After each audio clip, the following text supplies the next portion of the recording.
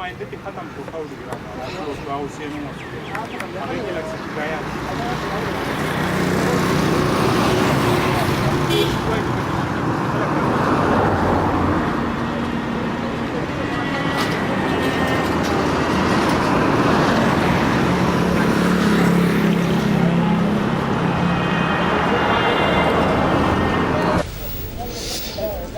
جی دا وخت مونږه په غالیګي کې موجود یو د غالیګي دلته کې چې کوم موړ دی پاغه کې د روډ په غاړه د واب د ناهلۍ د وجنه دا ستنې لګېدلې دي چې په 13 ورځ د گاډي د ټکر سره دا ستنه چې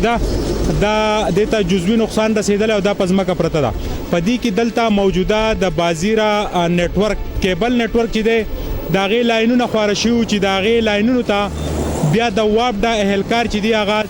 په کټرو باندې کټ کړي ول د دینه سورج مخکې د واب د چې د دې ستنو کمپیس ته د کیبل نتورک د طرفه غوي ته سالانه کمپیس چې دی په دې کې چې کم تار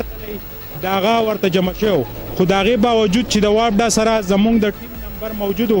مونږه اطلاع او دا غیتانه بغیر چې دی په کټر په ذریعہ باندې کم کیبل نتورک کم تار چې دی هغه ته نقصان رسولای دی په زرګاو روپو نقصان رسیدلې دی او د غالیګي کم کیبل نتورک چې هغه د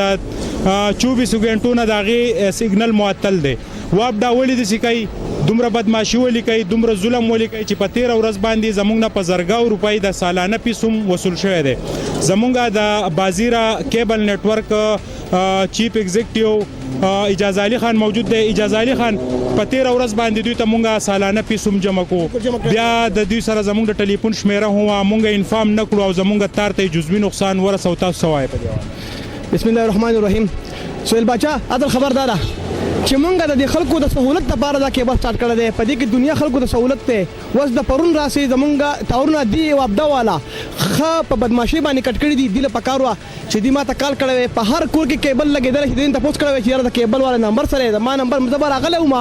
ما به د تار په طریقه باندې کولاو کړو کته به میرا کوس کړو دی خپل کار کړو بیا ما خپل تار خېجولو بهر حال د دین علاوه په دې ستنو باندې لکه بابو وایي چې په دې ستنه کې په دې ستنه باندې اول ما 70200 روپۍ پیس داخل کړی دی د 10 روپو د ستنې د حسابه په هغه کې وته زموږ پیسې اوړي خو په هر حال دی بدمعشان دي او دا بدمعشي زما سره وکړه دی ما تار کټ کو ما هغه د ماشين والا راوسته دی په دې کې سلور تار دی په اپټیکل فایبر کې د یو تار 0 روپۍ ورکوم د سلور تارو دی 4000 روپۍ شي او 4000 روپۍ بیا لکه 2 جنټه پکې راغله 4000 د یو 4000 د بل دا به زه د کم دینه وکومه لکه دا زموږ سره دی جاته راغسته دی به هر حال خبره دا چې دی ما ته کال کړی وي چې اجازه راشه په کانجو کې زمونږ کیبل نتورک دی ابل ور دغه شی حادثه شو نو هغه څه چلو کو یو نیمه غنټه مو ته انتظار کړی دی حالانکه زما مرګري ودګار نو کماته کړی دی ولا لس منټه کې رسیدل ما یو نیمه غنټه هغه دومره سماله کاند دی هغه په ابدا والا چې هغه مو ته یو نیمه غنټه انتظار وکړو امونګه لاړو هغه تاریخ خپل ترستنه نه راکوس کو دی خپل کار وکړو د دې تارونو مخ تل بیا وته خپل تارو خدو ډیر مخکیم دوی چې زموږ تارون ته نقصان رسولای دي نو اوس به مزید د دوی خلاف قانوني کارروایی کوي پایار بکاو کسب وکاو د دې خلاف به دوس خامخه دی بابو مال دا دغه راکو چې ورشه لارشه په افسرانو پسې او هغه چې سکه دا وسره کوي تیز خبرې مکو زه تیز خبر نکوم زما دغه لهجه دا زما دغه طریقه ده به هر حال دې زما سره ډیر غټ جاته راکړي زما ته ډیر غټ نقصان رسول دی د دې نقصان ازاله به مال دي درنګ جهان منه جی زمونږ دلته چې کم کیبل نتورک هغه ته په 13 ورځ باندې مونږه 70200 روپۍ د دوی سره سالانه پیسوم جمع کو خو دا والا دومره بدمعشان جوړ شوی دي چې د دوی بدمعشي وس په دې صحت باندې په سرکاري گاډي کې لاس ناس لاینمن چې داغه خبري هم مونږ واوري داغه بدمعشي مونږ واوري او بیا دویمه غلطی دا چې د روډ په غاړه استنی خخې کړي دي چې روزانه گاډي جنگيږي او داستنی وਹੀ دا د کرپشن نه ډک دا د بدمعشۍ نه ډک محکمه واب دا چې دا د دوی دا ظلم بربریت دا به د کومه پوری دلته امیر مقام د وفاق نماینده دی خو هغه تم دا خبري په نظر ناراضي او واب دا همیشه چې د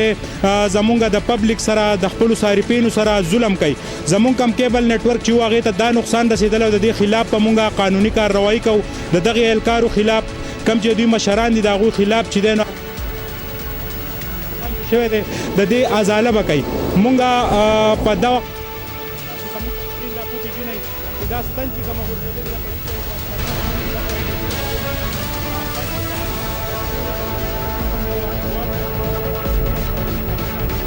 کیمرامین حضرت حسین سره سہیل باچا غالګې بریکوټ